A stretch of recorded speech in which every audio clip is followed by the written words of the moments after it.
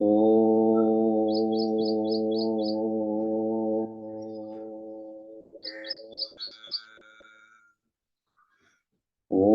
శ్రీ గణేశ శారద సద్గురు మంగళమూర్తిభ్యో నమః.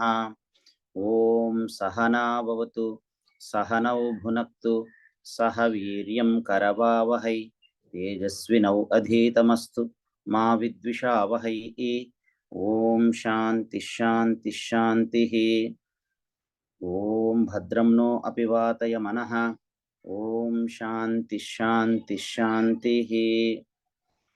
అవస్థా పంచక నిరూపణము. వేదాంత దర్శనములో అవస్థా పంచక నిరూపణము. శ్లోకము: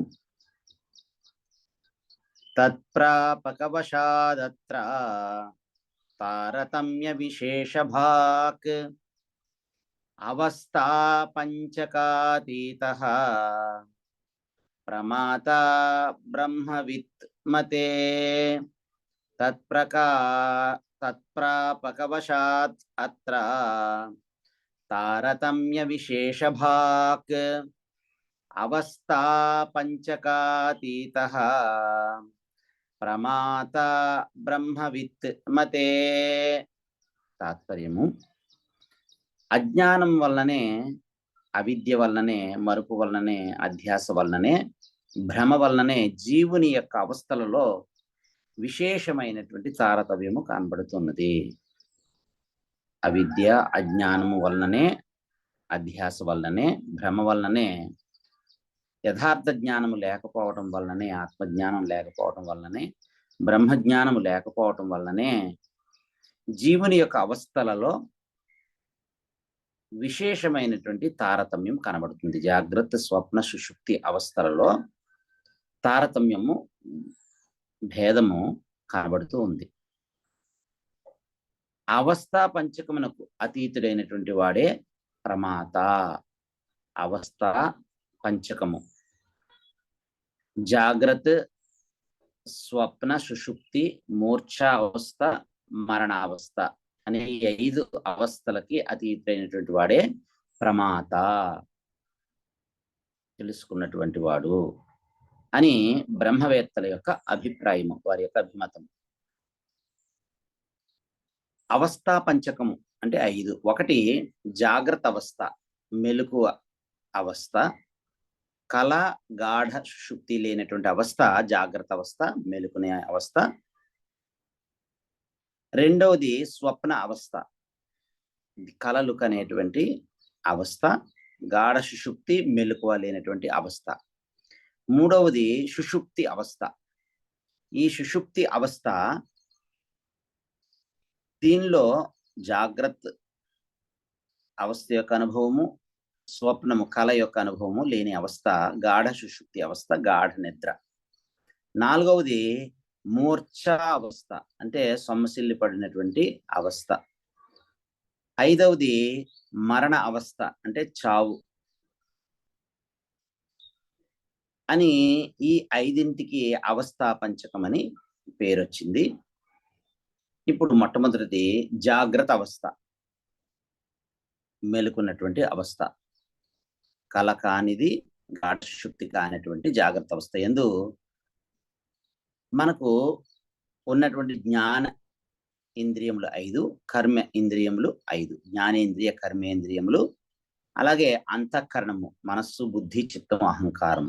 వీటితో పాటు 10 ఇంద్రియములు, అంతఃకరణములతో పాటుగా కారణదేహము, అలాగే సూక్ష్మ స్థూల దేహములు 3 కూడా పనిచేయటం చేత ఈ జీవుడు బాహ్య పదార్థాలని, బయట ఉండేటువంటి ప్రపంచంలో ఉండేటువంటి శబ్ద, స్పర్శ, రూప, రస, గంధములు అనేటువంటి ఈ పదార్థాలని, ప్రపంచాన్ని అనుభవింపగలుగుతున్నాడు. జాగ్రత్త అవస్థ యందు 5 జ్ఞానేంద్రియములు, 5 కర్మేంద్రియములు, అంతఃకరణము, మనస్సు, బుద్ధి, చిత్తం, అహంకారం అనేటువంటి అంతఃకరణంతో పాటుగా 3 శరీరాలు, కారణ శరీరము, సూక్ష్మ శరీరము, అలాగే స్థూల శరీరము అనేటువంటి ఈ మూడు కూడా పని చేయడం చేత జీవుడు బాహ్య పదార్థాలని అనుభవింపగలుగుతున్నాడు. ఇది జాగ్రత్త అవస్థ, మెలకువ అవస్థ. రెండవది స్వప్న అవస్థ, కల అవస్థ.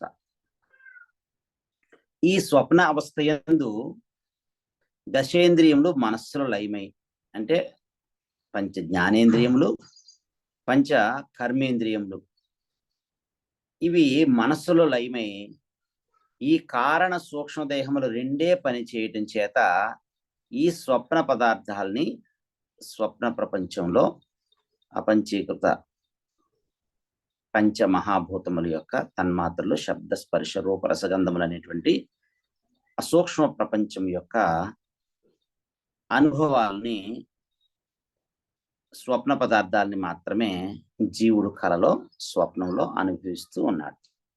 ఇలాంటి అవస్థని స్వప్న అవస్థ అని అన్నారు. మూడవది సుషుప్తి అవస్థ. సుషుప్తి అవస్థ అంటే మెలకువ, జాగ్రత్త అవస్థ లేదు, కల స్వప్నము అవస్థ లేనటువంటిది గాఢ సుషుప్తి అవస్థ. అలాంటి గాఢ సుషుప్తి అవస్థ యందు ఈ మనస్సు కూడా, అంతఃకరణం కూడా అవిద్య యందు లయమై, అంటే కారణదేహం మాత్రమే పనిచేయటం వలన ఈ అంతఃకరణలో దశేంద్రియములు ముందే లయమైపోయాయి. ఈ మనస్సు అనేటువంటి అంతఃకరణము ఈ ప్రాణములో లయం అవడం చేత కారణదేహం మాత్రమే, అంటే స్థూల సూక్ష్మ శరీరములు కూడా ప్రాణములో లయమైపోయినప్పుడు కేవలము కారణ దేహము, కారణ శరీరము మాత్రమే పని చేయటం వలన ఈ సూక్ష్మ శరీరము, అంటే సూక్ష్మ దేహము, లింగదేహము లేదా స్థూల దేహము, ఈ రెండింటి వలన, ఈ సూక్ష్మ స్థూల దేహముల వలన కలిగేటువంటి బాధలు లేకుండా జీవుడు తన ఎవరనేటువంటి యథార్థమైనటువంటి ఎరుక లేకుండా అవిద్య అనేటువంటి ఈ ఆవరణలో, గాఢ నిద్రలో ఆ ఆనందాన్ని, సుఖాన్ని మాత్రమే అనుభవిస్తూ ఉన్నాడు. ఆ గాఢ సుషుప్తి యొక్క అవస్థ, ఆనందాన్ని మాత్రమే అనుభవించున్నటువంటి స్థితిని సుషుప్తి అవస్థ అని అని చెప్తున్నారు. అంటే స్థూల దేహం వలన, సూక్ష్మదేహం వలన కలిగేటువంటి బాధలు లేకుండా జీవుడు ఆనందాన్ని మాత్రమే, సుఖాన్ని మాత్రమే అనుభవిస్తూ ఉన్నాడు. అలాంటి అవస్థని సుషుప్తి అవస్థ అని అన్నారు. నాలుగవ అవస్థ మూర్ఛ అవస్థ, అంటే సొమ్మసిల్లి పడిపోవడం. ఈ అవస్థను గురించి, ఇది నాలుగవది. అంటే ముద్గరము, అంటే రోకలి లేదా గద మొదలైనటువంటి వాటి వలన తల మీద గాయం అయిన కారణం చొప్పున రోకలి, అంటే ముద్గరము, గద మొదలైనటువంటి వాటి యొక్క దెబ్బల వలన సొమ్మసిల్లి పడటం ఏదైతే ఉందో ఆ అవస్థని మూర్ఛ అవస్థ అని చెప్పారు. ఈ అవస్థకి మూర్ఛ అవస్థ అని పేరు, సొమ్మసిల్లి పడిపోవటము అని పేరు. అంటే ఏ దెబ్బలు తగలకపోయినా కూడా రోగం వలన మూర్ఛావస్థని అనేటువంటిది సంభవిస్తుంది. ఈ మూర్ఛావస్థలో ఉన్నటువంటి ఈ మనుష్యునికి, జీవునికి విశేష జ్ఞానము ఏమీ ఉండదు. విశేష జ్ఞానం ఏమి ఉంటుంది అంటే, ఈ మూర్ఛావస్థలో ఉన్నటువంటి ఈ జీవునికి ఎటువంటి విశేషమైనటువంటి జ్ఞానము ఉండదు. అంటే ఇలాంటి విశేష జ్ఞానాలు ఈ మూర్ఛావస్థలో ఉన్నటువంటి జీవుడికి ఉండవు. అంటే సుషుప్తి అవస్థ యందు ఉన్నటువంటి, అంటే నిద్రిస్తున్నటువంటి లేదా నిద్రించినటువంటి జీవునికి ముఖము ప్రసన్నమై, దేహము అటు ఇటు కదలకుండా, ఎటువంటి కంపనము లేకుండా, కంపించకుండా ఉంటుంది. గాఢ సుషుప్తిలో ఉన్నటువంటి ఒక శిశువు కానీ, ఒక జీవి కానీ ప్రశాంతముగా, నిర్మలంగా, నిశ్చలంగా ముఖము ప్రసన్నంగా ఉంటుంది. శరీరము ఎటువంటి కదలిక లేకుండా నిశ్చలంగా, ఎటువంటి వికారం లేకుండా ఉంటుంది. అదే మూర్ఛిల్లినటువంటి వాడు, సొమ్మసిల్లిపడినటువంటి వాని యొక్క ముఖము వికారం చెంది శరీరము కంపిస్తూ ఉంటుంది, కదులుతూ ఉంటుంది. కాబట్టి మూర్ఛ అవస్థ అంటే సొమ్మసిల్లి పడిపోవటము అనేటువంటి అవస్థ ఈ జాగ్రత్త, స్వప్న, సుషుప్తి అవస్థల కంటే కూడా, 3 అవస్థల కంటే కూడా భిన్నమైంది, వేరైనటువంటిది. మూర్ఛావస్థ లోకములో, మనకి ఈ ప్రపంచంలో, ఈ లోకమునందు ఆయుర్వేద శాస్త్రం నందు, అంటే ఆయుర్వేదం నందు, ఈ ఆయుర్వేద శాస్త్రమునందు కూడా చాలా ప్రసిద్ధమైనటువంటిది. మూర్ఛిల్లటం అనేటువంటి రోగాన్ని గురించి ఈ వైద్య శాస్త్రంలో, ఆయుర్వేదంలో బాగా ప్రసిద్ధి చెందినటువంటిది. అందువల్ల ఈ బ్రహ్మ మీమాంస యందలంటే ఈ బ్రహ్మమును గురించి చర్చించడము, తెలుసుకోవటము అనేటువంటిది మనకి బ్రహ్మసూత్రములలో సాధన అధ్యాయం, మోక్షము కోసం చేసేటువంటి సాధన అధ్యాయంలో, సాధన చతుష్టయ సంపత్తిని సాధించటంలో 3వ అధ్యాయము సాధనాధ్యాయంలో 2వ పాదంలో, ద్వితీయ పాదంలో మనకు త్వం పద విచారణ, తత్పద విచారణ అనేటువంటి 2వ పాదంలో ముగ్ధే అర్ధ సంవృత్తి పరిశేషాత్, ముగ్ధే అర్ధ సంవృత్తి పరిశేషాత్ అని 3వ అధ్యాయం బ్రహ్మసూత్రాల్లో సాధనాధ్యాయంలో 2వ పాదము త్వం పద శోధన, తత్వపద శోధన పాదంలో 10వ సూత్రంలో మనకి వ్యాస భగవానులు తెలియజేశారు.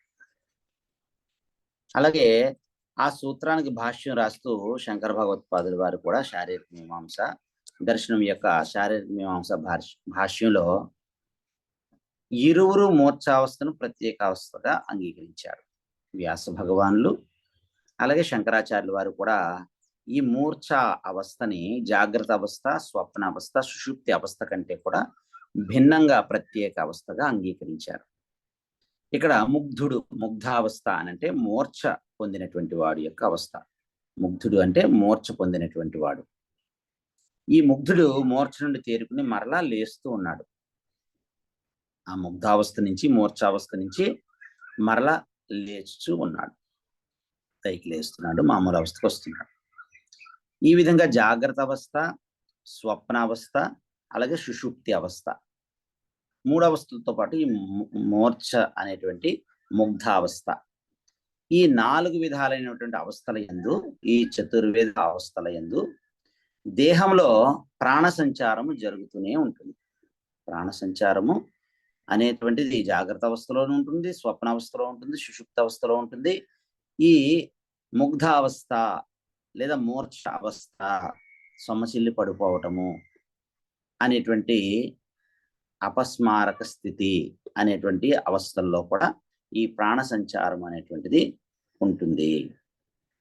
ఉచ్ఛ్వాస అంటే బయటికి గాలిని విడిచిపెట్టడం, నిశ్వాస, నిశ్వాస శ్వాసను లోపలికి పీల్చటము, అంటే శ్వాసను బయటికి విడిచిపెట్టడం ఉచ్ఛ్వాస, శ్వాసను లోపలికి తీసుకోవడం నిశ్వాస.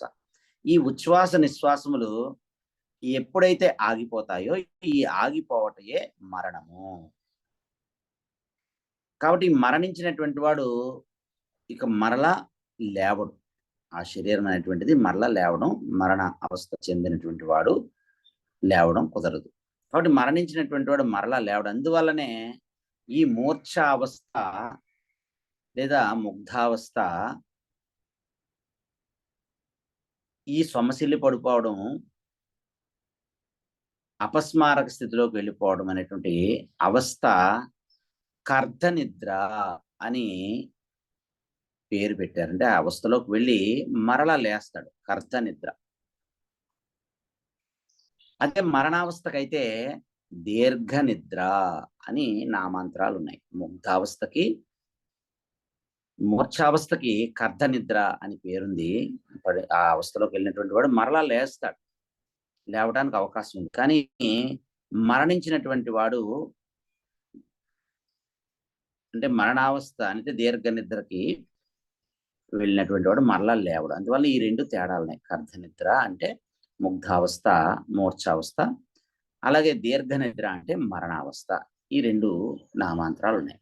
అంటే మరణ అవస్థ యందు కూడా ఈ స్థూల దేహం అనేటువంటిది నశిస్తుంది. మరణావస్థలో ఈ స్థూల శరీరం అనేటువంటిది నశిస్తుంది, కానీ ఈ సూక్ష్మ శరీరము నశించదు. మరణము సంభవించినప్పుడు ఈ స్థూల శరీరం అనేటువంటిది నశించిపోతుంది, కానీ సూక్ష్మ శరీరం అనేటువంటిది నశించదు. అగ్ని కూడా అంత్యేష్టి సంస్కారం చేసినప్పుడు ఈ శరీరాన్ని కట్టెల మీద పెట్టి అంత్యేష్టి దహన సంస్కారం చేసినప్పుడు ఈ స్థూల శరీరమే దహించబడుతుంది, కానీ ఈ సూక్ష్మ శరీరము అనేటువంటిది దహించబడటం లేదు. అంటే ఏంటి? ఈ అగ్ని, లౌకిక అగ్ని ఏదైతే ఉందో ఈ అగ్ని కూడా సూక్ష్మ శరీరాన్ని దహించలేకపోతుంది.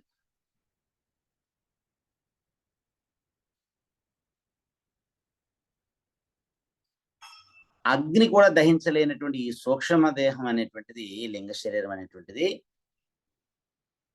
అంతకంటే ఎక్కువగా ఈ తాపత్రయము అనేటువంటిది కాల్చుకొని తింటుంది. ఈ లౌకిక అగ్ని అనేటువంటిది దాన్ని కాల్చలేకపోతుంది, కానీ ఈ తాపత్రయము అంటే ఈ ఇహలోకమునకు సంబంధించిన అధిభౌతిక, ఆధ్యాత్మిక, అధిదైవికం అనేటువంటి ఈ తాపత్రయము ఈ కాల్చుకొని తినగలుగుతుంది సూక్ష్మ శరీరాన్ని.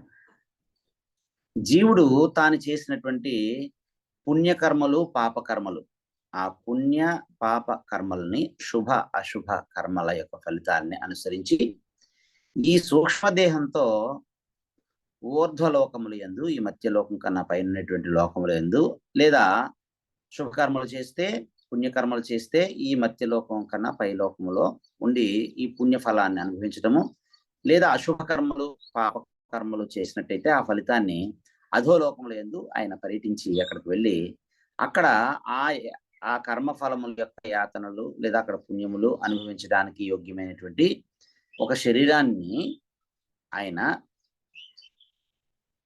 పొంది ఆ శరీరంతో, ఆ భోగ శరీరంతో అక్కడ ఆ దేహంలో అక్కడ అనుకూలమైనటువంటి ఫలితాలను అనుభవించడానికి యోగ్యమైనటువంటి శరీరాల్లో, వివిధ దేహాల్లో ప్రవేశించు అక్కడ ఉండేటువంటి ఊర్ధ్వలోకాల్లో ఉండేటువంటి పుణ్యకర్మల ఫలమైనటువంటి, శుభకర్మల ఫలమైనటువంటి సుఖాన్ని అనుభవిస్తూ, అధోలోకములలో పాపకర్మలు, అశుభ కర్మల యొక్క కర్మఫలాల్ని అనుభవిస్తూ ఉంటాడు. ఈ విధంగా ఈ అవస్థ పంచకము అంటే జాగ్రత్త అవస్థ, స్వప్నావస్థ, సుషుప్తి అవస్థ, ముగ్ధ అవస్థ లేదా మూర్ఛ అవస్థ, అలాగే మరణావస్థ అనేటువంటి 5 అవస్థలకు, ఈ పంచ అవస్థలకు, ఈ అవస్థా పంచకానికి అతీతుడైనటువంటి వాడే ఈ అన్ని అవస్థల్లో కలిగేటువంటి అనుభవాల్ని తెలుసుకునేటువంటి వాడు.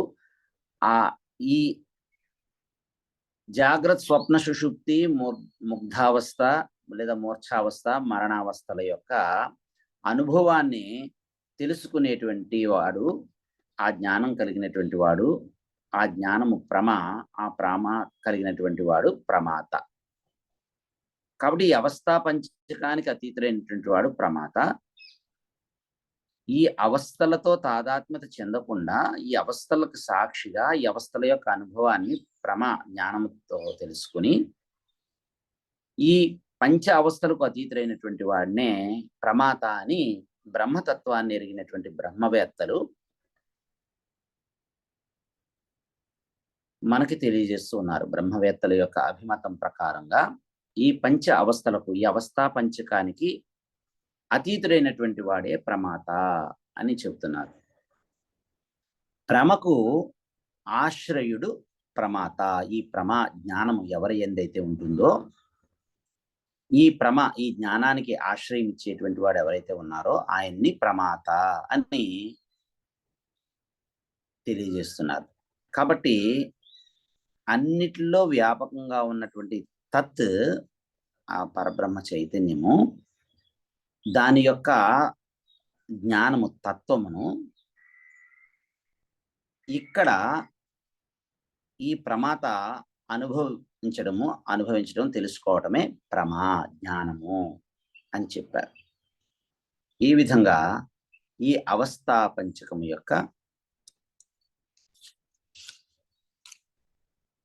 నిరూపణము వేదాంత దర్శనంలో చేసి, ఈ పంచ అవస్థలకు అతీతుడైనటువంటి వాడు, ప్రమాత అయినటువంటి వాడు,